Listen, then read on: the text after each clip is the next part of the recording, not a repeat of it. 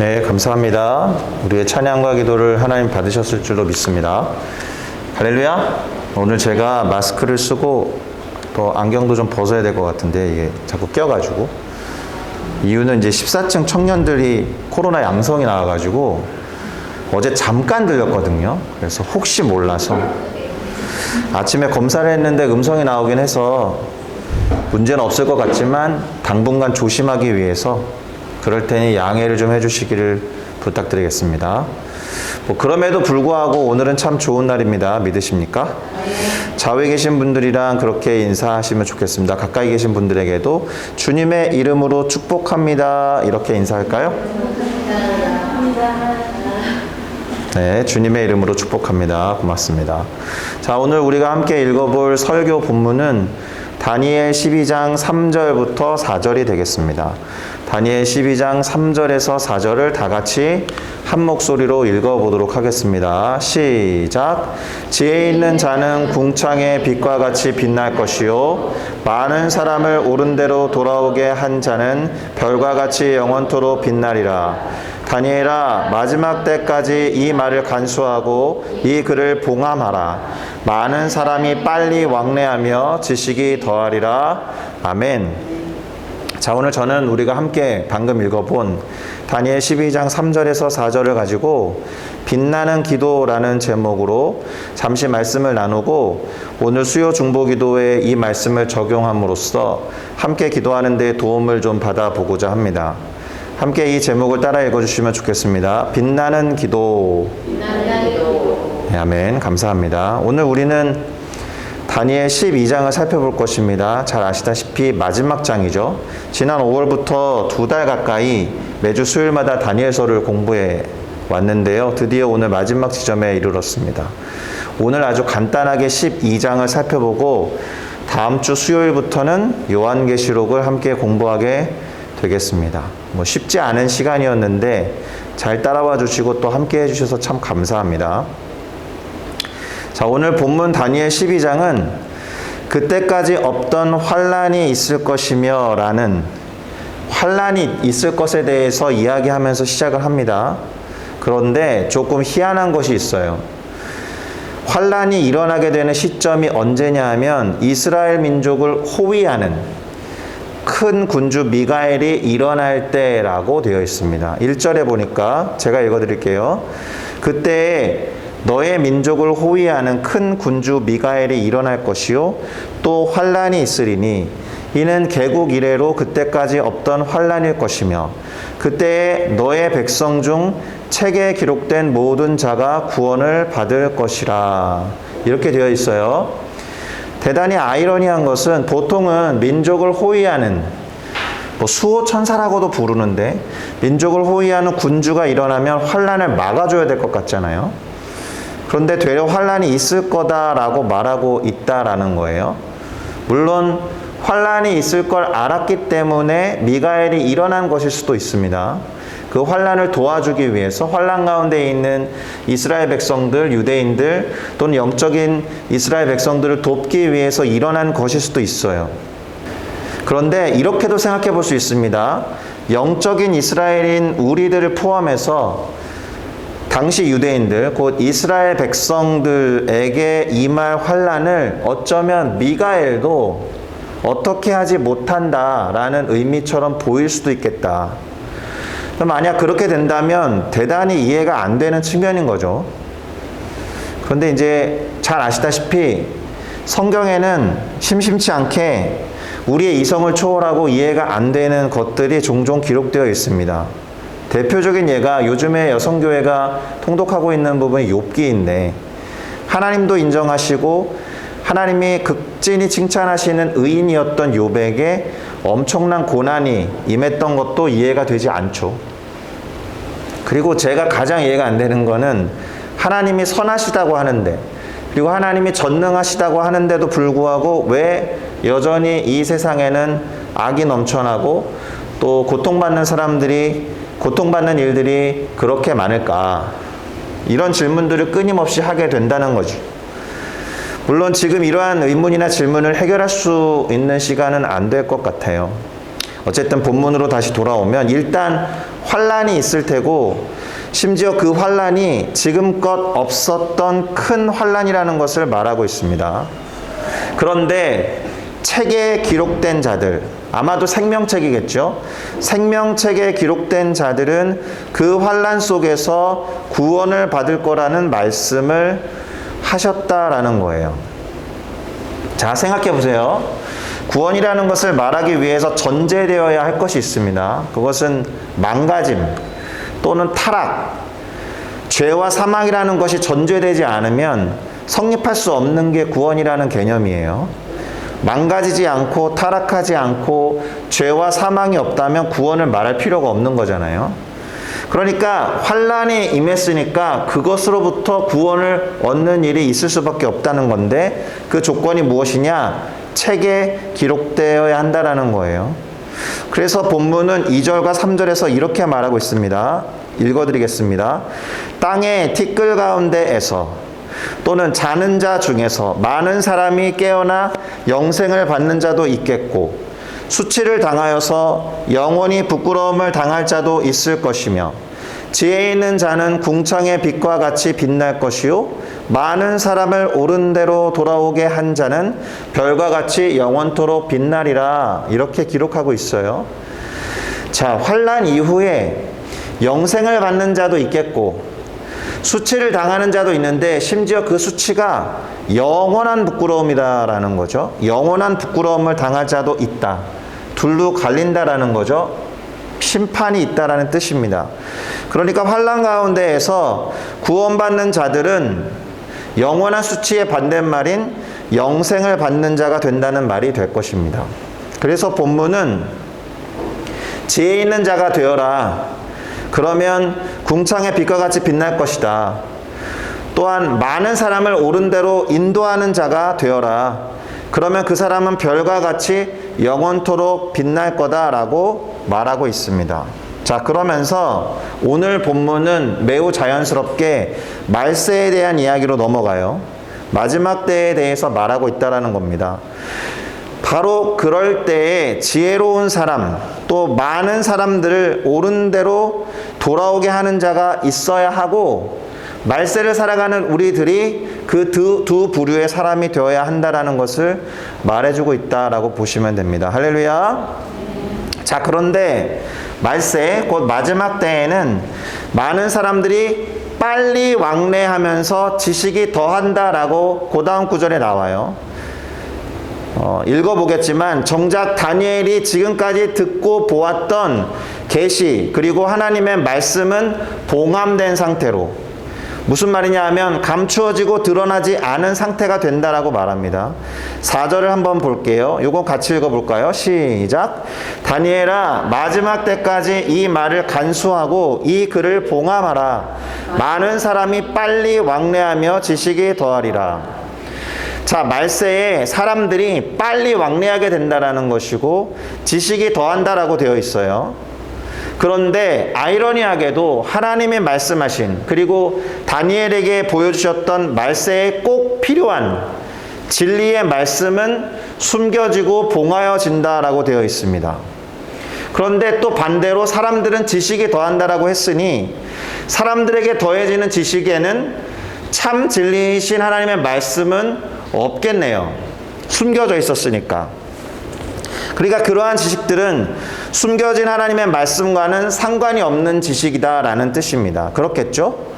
그래서 심지어 이때 빨리 왕래한다라는 것의 의미도 하나님의 말씀이 부재한 상태에서 하나님의 말씀에 대한 갈증과 가뭄 때문에 동서남북 그리고 이곳 저곳으로 방황하며 왕래하는 사람들의 모습을 묘사하고 있는 거다라고 볼 수가 있어요.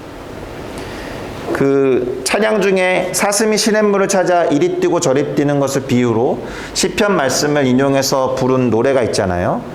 그건 정말 좋게 표현해서 갈급함을, 하나님의 말씀과 은혜에 대해서 갈급한 그런 사슴과 같은 모습이 되어야 한다라는 의미로 쓴 것이지만, 이때의 모습은 그 갈급함을 또는 어떤 허함을, 허망한 마음을 하나님의 지혜와 하나님의 진리가 아니라 그것과 상관없는 지식으로 본질적인 것이 담겨 있지 않은 지식으로 해소하려고 하는 대단히 안타까운 몸짓이다라는 거예요. 그러니까 본질적인 갈증을 해결할 수 없는 상태를 표현한 것입니다. 그러니 지금 여기에 적혀 있는 빨리 왕래한다라고 번역된 단어가 좋은 의미가 아닐 것입니다. 요즘 세상이 무척이나 빠르고 아주 급격하게 변화되고 여러 가지 탈 것들에 의해서 사람들이 빨리 왕래하고 있고 지식도 빨리 전달되고 있지만 아이러니하게도 그 모든 것들에 하나님의 말씀이 잘 담겨 있는지는 우리도 확신할 수 없다라는 거죠. 자, 빨리 왕래하다라는 단어의 히브리어는 이렇게 쓰여 있습니다. 읽어보시겠습니까? 어쇼터투라는 히브리어인데 이 단어가 사용된 대표적인 본문이 아모스 8장에 나와요. 이 구절을 읽어보면 이 단어를 어떤 의미로 사용했는지 이해가 될 것입니다. 다니엘이 방금 기록한 대로 말세에 방황하면서 왕래하는 모습을 아모스 선지자가 기록해 놓은 본문을 같이 살펴볼게요. 아모스 8장 11절에서 12절을 읽어드리도록 하겠습니다. 주 여호와의 말씀이니라. 보라, 날이 이를지라. 내가 기근을 땅에 보내리니 양식이 없어 주림이 아니며 물이 없어 갈함이 아니요 여호와의 말씀을 듣지 못한 기갈이라. 사람이 이 바다에서 저 바다까지 북쪽에서 동쪽까지 비틀거리며 여호와의 말씀을 구하려고 돌아다녀도 얻지 못하리니. 비틀거리며 돌아다니다 라는 요 단어가 아까 보셨던 히브리어 그 단어예요. 말씀, 곧 참 지혜를 얻고자 하여 이곳저곳으로 비틀거리면서 돌아다니는 모습을 아모스 선지자가 이렇게 예언한 것입니다. 그러나 아무리 비틀거리며 우왕좌왕 돌아다녀도 말씀을 얻을 수는 없다라는 거예요. 이것이 말세의 모습이다라는 거죠. 자, 하나님의 진리가 빠진 지식은 대단히 충만하고 또 더 발달하는 것처럼 보이지만 하나님의 진리가 담긴 참다운 지혜는 얻지 못한다라는 이 역설적인 상황, 그것을 이렇게 기록해 놓은 것이라고 할 수 있으니 참으로 답답하고 깝깝하고 암울한 시대라고 할 수가 있겠습니다. 그래서 다니엘 뿐만 아니라 우리도 이 장면을 보고 있다라면 과연 이러한 시대가 언제 시작해서 얼마나 지속되고 언제 끝날지 이것이 대단히 궁금할 것 같아요. 그래서 오늘 본문에 한때, 두때, 반때라는 표현이 기록되어 있습니다. 합치면 3때 반이에요. 이때의 한때를 1년으로 보면은 피지컬한 의미는 3년 반이 되는 것이고 또 이 3년 반을 날수, 일수로 헤아려 보면 1290일이 돼요. 1290일 정도가 되고 여기에 45일을 더한 1335일이라는 날짜를 오늘 본문이 기록하고 있어요. 자, 이것이 문자 그대로 표면적으로 그 날짜인지 아니면 상징적인 날짜를 이렇게 우회적으로 표현한 것인지는 알 수가 없어요. 저도 무엇이라고 설명해 드릴 수는 없습니다. 그런데 이 날짜들이나 이 시기를 설명해 놓은 본문을 자세히 들여다보면 분명하게 알 수 있는 것 한 가지가 있습니다. 이 날수 또는 이 기간이 갖는 목적이 무엇인지가 기록되어 있어요. 7절을 한번 보겠습니다. 같이 읽을게요. 시작. 내가 들은즉 그 세마포 옷을 입고 강물 위쪽에 있는 자가 자기의 좌우 손을 들어 하늘을 향하여 영원히 살아계시는 이를 가리켜 맹세하여 이르되 반드시 한때, 두때, 반때를 지나서 성도의 권세가 다 깨지기까지이니 그렇게 되면 이 모든 일이 다 끝나리라 하더라. 뭐라고 되어 있습니까? 성도의 권세가 다 깨지기까지. 이해는 안 됩니다. 성도의 권세, 성도의 힘이 다 빠질 때까지 이 환란의 시기는 계속될 거다라는 거예요. 한때, 두때, 반때를 정확하게 알 수는 없지만 그것이 3년 반인지 1290일인지 1335일인지 정확하게 알 수는 없지만 그 기간 동안은 성도들의 힘이 다 빠져야 한다라는 거죠. 이것이 도대체 무슨 의미가 있을까? 어떤 의미를 갖고 있는지 상당히 궁금한데요. 성도들이 자기의 힘이나 자기의 권세나 자기의 지식이나 자신의 경험을 의지할 여지가 남아있다면 이와 같은 환난 기간은 어쩌면 더 지속될 수도 있다라는 것이고, 그 환난 가운데서 임하는 구원은 아직 없을 수도 있다라는 뜻이 아닐까, 이런 생각이 듭니다. 그러니까 하나님의 섭리의 관점으로 보면 하나님의 백성들이라고 하는 성도들이 가진 힘이 악인들에 의해서 완전히 파쇄되는 그때에 하나님 당신께서 당신의 백성을 구원하시는 일이 그제서야 일어날 수 있다라는 말이 아닐까 싶어요. 그러니 우리가 구원을 받기 위해서는 악한 자에 의해서든 하나님에 의해서든 완전히 부서져야 한다는 거예요. 힘이 다 빠져야 비로소 구원을 경험할 수 있다라는 겁니다. 물에서 사람을 구해본 적은 없지만 그런 이야기 들어보셨죠? 물에 빠진 사람을 구해낼 때 그 사람이 발버둥칠 힘까지 다 빠져야 건져낼 수 있다. 왜냐하면 그 힘이 너무 세가지고 구하러 들어간 사람까지 밑으로 잡아당겨서 같이 죽을 수 있기 때문에 그래요. 완전히 힘이 빠질 때야 비로소 그 사람이 건져질 수 있다는 것과 비슷한 이치가 아닌가 생각합니다. 완전히 깨지고 완전히 죽어야 부활할 수 있는 거죠. 조금이라도 살아있으면 부활이라고 말하지 않잖아요. 완전히 깨지고 완전히 죽어야 구원을 얻는 것입니다. 할렐루야. 바로 그때가 주님만이 강권적으로 일할 수 있는 때다라는 거예요. 우리가 천부여 의지없어서 두 손 들고 주님 앞에 나옵니다라고 찬양을 부르는데, 하나님 앞에 하나님 내가 할 수 있는 게 아무것도 없어요. 저에겐 더 이상 힘이 없어요. 그러니 주님만 하실 수 있어요라고 할 때에야 비로소 주님이 우리를 진정으로 도울 수 있다라는 거예요. 여전히 우리가 살아있으면 그 구원이 진정한 구원인지, 그 거듭남이 진정한 거듭남인지, 그 부활이 진정한 부활인지 확신할 수 없다라는 말입니다. 그러니까 이런 관점으로 보면 이 환난마저도 하나님의 섭리 안에 있는, 하나님이 우리의 힘을 빼게 하시는 도구와 수단의 역할을 한다라고 볼 수가 있어요. 그러니 다시 한번 다니엘서의 주제를 말할 수밖에 없죠. 다니엘서의 주제가 무엇이었어요? 하나님의 통치와 주권 그리고 섭리라고 했잖아요. 할렐루야. 자, 이러한 주제를 다시 한번 확인하고 결론을 향해서 가보겠습니다. 다니엘서 12장이 언급한 그때까지 없던 환난이 이미 지나갔을까요? 아니면 지금 시작해서 우리가 통과하고 있을까요? 아니면 언젠가 도래할 것인지 확실하게 알 수는 없을 것입니다. 지나갔다고 해도 또 올 수 있어요. 왜요? 이때까지 없던 환난이라고 했으니까. 지금까지 경험한 것과 다른 새로운 것이 올 수 있으니까. 언제나 새롭게 그 시간이 도래한다라고 할 수 있어요. 다니엘이 보았던 환상 속에 있었던 그 작은 뿔의 시대, 그러니까 악의 시대는 언제나 올 수 있다, 이렇게 말씀드렸던 것과 마찬가지입니다.